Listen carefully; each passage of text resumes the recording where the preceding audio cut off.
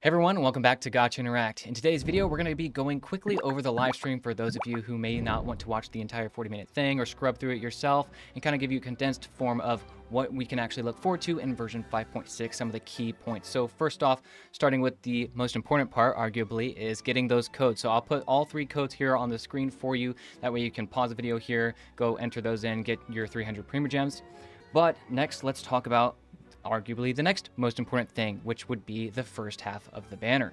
So Vixen, what does that look like? So the first one that we see here obviously is Escopier and Navia. So originally we had thought that Escopier was going to be with Kenishh, and then Navia was going to be with the other character on the banner, but it looks like actually Navia is going to be with Escopier here, which makes more sense when you look at the actual game. Now, for other reasons, we were thinking, maybe the Imaginarium Theatre with the Dendrocryo Blessing, but this still does make a lot of good sense here. She's helping Navia, and Navia is still, and she's still getting a good amount of damage out of the team, so actually these two characters together should be kind of interesting. So it does mean that some people are going to possibly be thinking about getting both characters, even though Escopier definitely does work on better with Cryo and Hydro teams only. That is something, but this is at least what the banners are going to look like. And then obviously they talk about her weapon next, which we've already talked about as well. Now on the first half of the banners, we also have the ability to get Aoife, so he'll be one of the 4 stars that'll be on the banner as well. So keep that in mind as you guys are kind of looking through and going after these characters, that's at least what the first half of the banners is going to look like. But next, at minute 17, we have something else that's going to be a little different.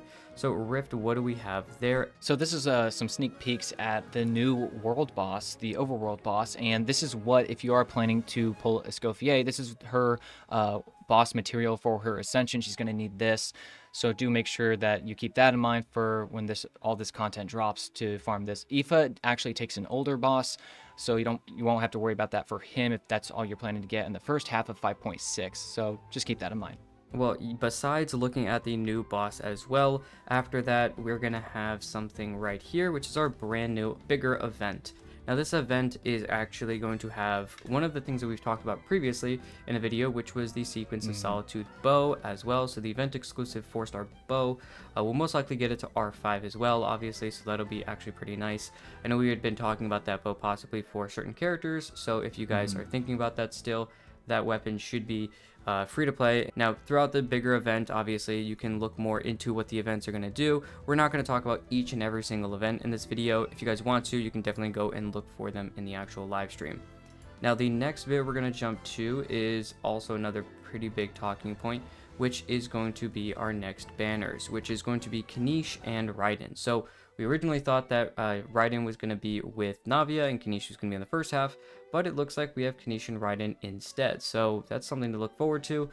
Possibility of maybe playing them together. I know that Kenishh likes burn teams, but I don't know. What do you think, Rift? Is it a possibility think to go it's for so both? funny that they came together, because that's exactly what we had in 5.0. We had Kenishh and Ryden. So it's kind of a weird, I don't know, maybe coincidence that it's the exact same, like for this side of the version, it's the same 2 characters. It's not like they were just close, but they put them together again.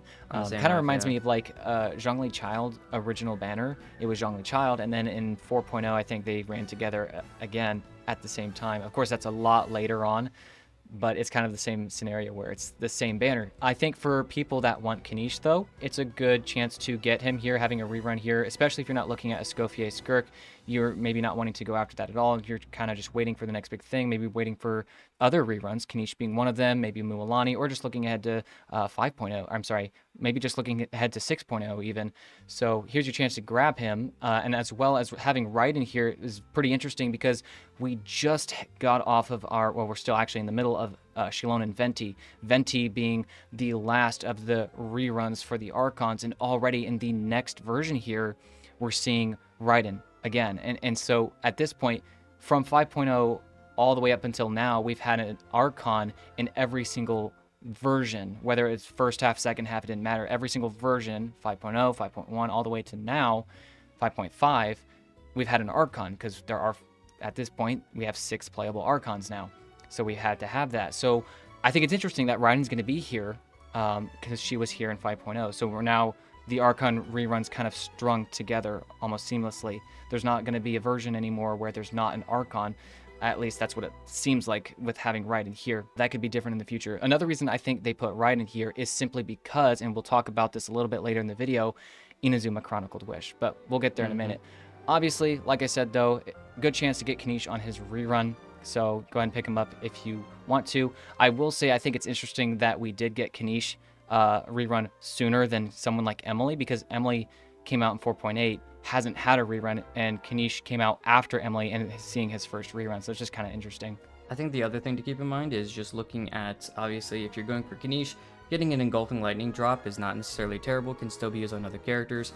But if you're going after Ryden and lose to Kenish's weapon, that might be a little bit worse off for you. So let's just hope that you guys win the correct way. Besides that, though, the next thing we're going to be talking about, actually, like you said, is actually the Inazuma Chronicled Wish banner. Now, looking at the Inazuma Chronicled Wish, it's something we had actually talked about recently, so we were kind of on par with a lot that was being talked about with the Inazuma Chronicled Wish. And you're going to notice specifically the last time we talked about the Inazuma Chronicled Wish, we made a video about it, we were talking about Kazuha being on it, and a lot of people were saying, well, he released in Leeway, he couldn't be on there, and there was a lot of speculation where he was going to be. But it looks like he's actually going to be on the Kazuha. Kazuha is going to be on the Chronicled Wish banner.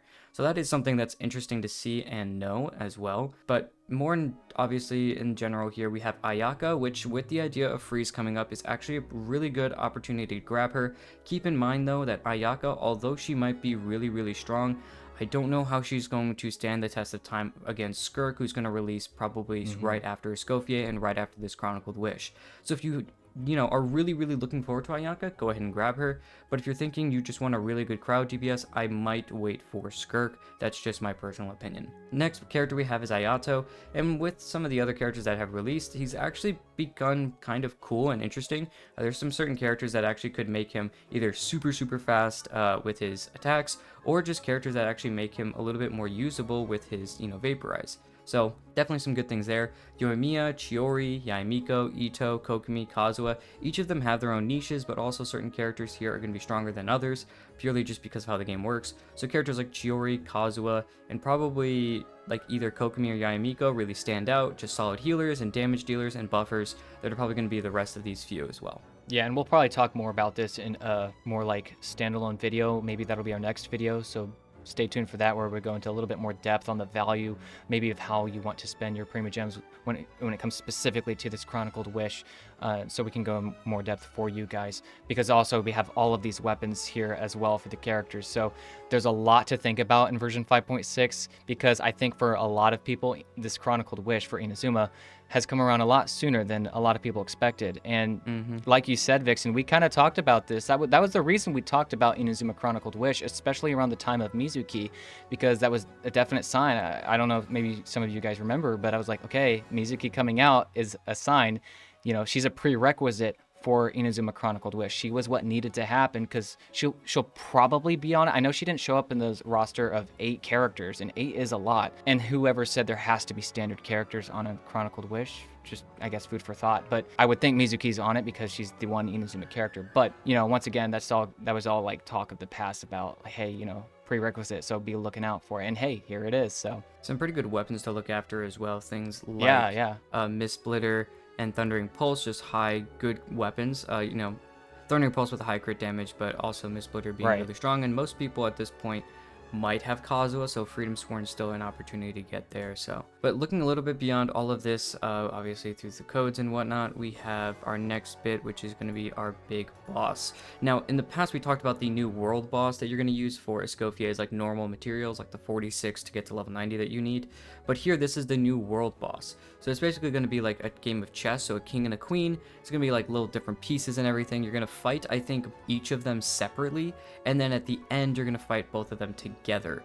And then I think the big thing is like taking one out, defeating one strengthens the other, and then if you defeat the opposite one out of order, then it revives the other. So there's certain things, and obviously you want to make sure that you're not getting it to that point, because that looks like it's going to hit extremely hard. But yeah, at this point though, that's at least what we're going to see for the bosses. There's different things, obviously, with it. You can go a little bit more deeply into exactly what the bosses are going to do, how to counteract them and everything, and obviously you have different chess pieces, then fighting them together here. It obviously is reminding me a lot of a Hexen Circle, from other parts of the live stream. You know, you can see that that big creature in the background kind of looks like Klee's Dodoko pets or whatever. And so you think of Alice, it's got the big hat, you know.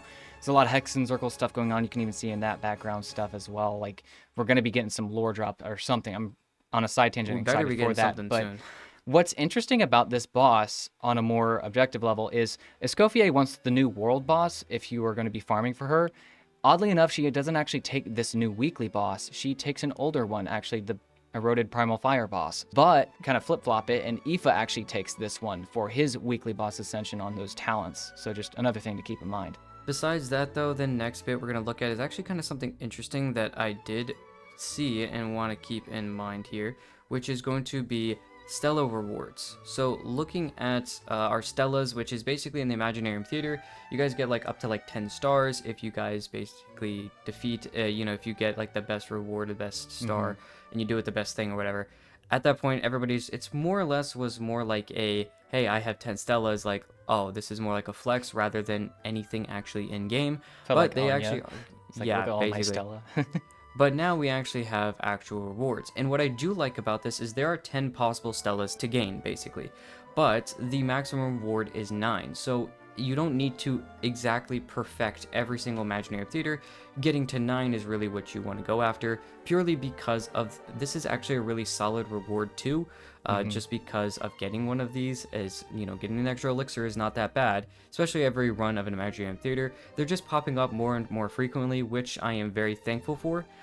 You know, and the more that they pop up, the better for us to make sure we can use it on more pieces. So that's at least my opinion about this Stella reward. I can see some people being like, why isn't it Prima Gems? That would have been cool. I need more Prima Gems. But honestly, if we're being real, like you said, this is a fantastic reward if we're being completely honest. Because if you do use your Sanctifying Elixirs kind of on the regular, you know, to create one artifact per version, you know, that can be, if you're doing a goblet every single version, that's 4 every version. I don't think we can even get Sanctifying Elixirs that fast. We don't get an average of 4 per version. So just having another avenue means to get another one is just going to be nice for vertical investment on trying to get, you know, those really good artifacts for your characters.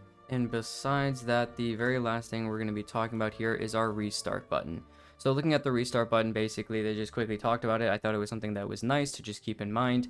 If you guys are doing the Imaginarium Theatre and you guys don't get that extra Stella and you're trying to make sure you do, there is that restart button you guys can do instead, and that'll restart the performance as well instead of, I believe, going all the way back and restarting. Or I'm instead so of like, glad you know, they added this. Yeah. Because it wasn't there. I was like, sometimes I would try to get the Stella just because, completionist, right?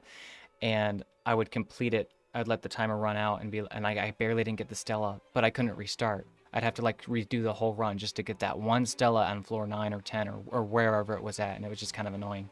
So I'm glad that they're putting here, and it makes sense because now they're actually giving tangible rewards for getting 9 Stella and out of the 10. Yeah, it's just a little bit more helpful, and it's making sure that people can actually get the rewards, as well as making it easier for the rewards to actually occur by having this restart button. And I think it's only at the end, which is really was, like you were saying, the most annoying part, because I think you could restart it at any other point, but you couldn't once you finished. You could like rewind or whatever it was. So yeah. Yeah, so this is, and it's basically the same kind of like, it's a similar idea to what you want to basically get done here. But really, that's in a very general sense what happened in the live stream. We talked a little bit more than what was actually probably there, but that's really in a basic sense what was there. Probably the biggest things is looking at the new Chronicled Wish was probably a surprise for some people. We obviously had our new banners releasing, new characters, new bosses, new materials, some good things for the Stella, getting a little bit more information about that. But that's really it besides that. If you guys did like the video, please go ahead and like and subscribe. Let us know if you guys, you know, kind of thought of anything else in the live stream that was a little bit bigger, probably looking at those codes to get your extra primos. But if you guys thought of anything else that was kind of interesting or cool, or maybe what you're looking forward to, go ahead and let us know below. Thank you guys once again for watching the video though, and we'll see you guys in the next one.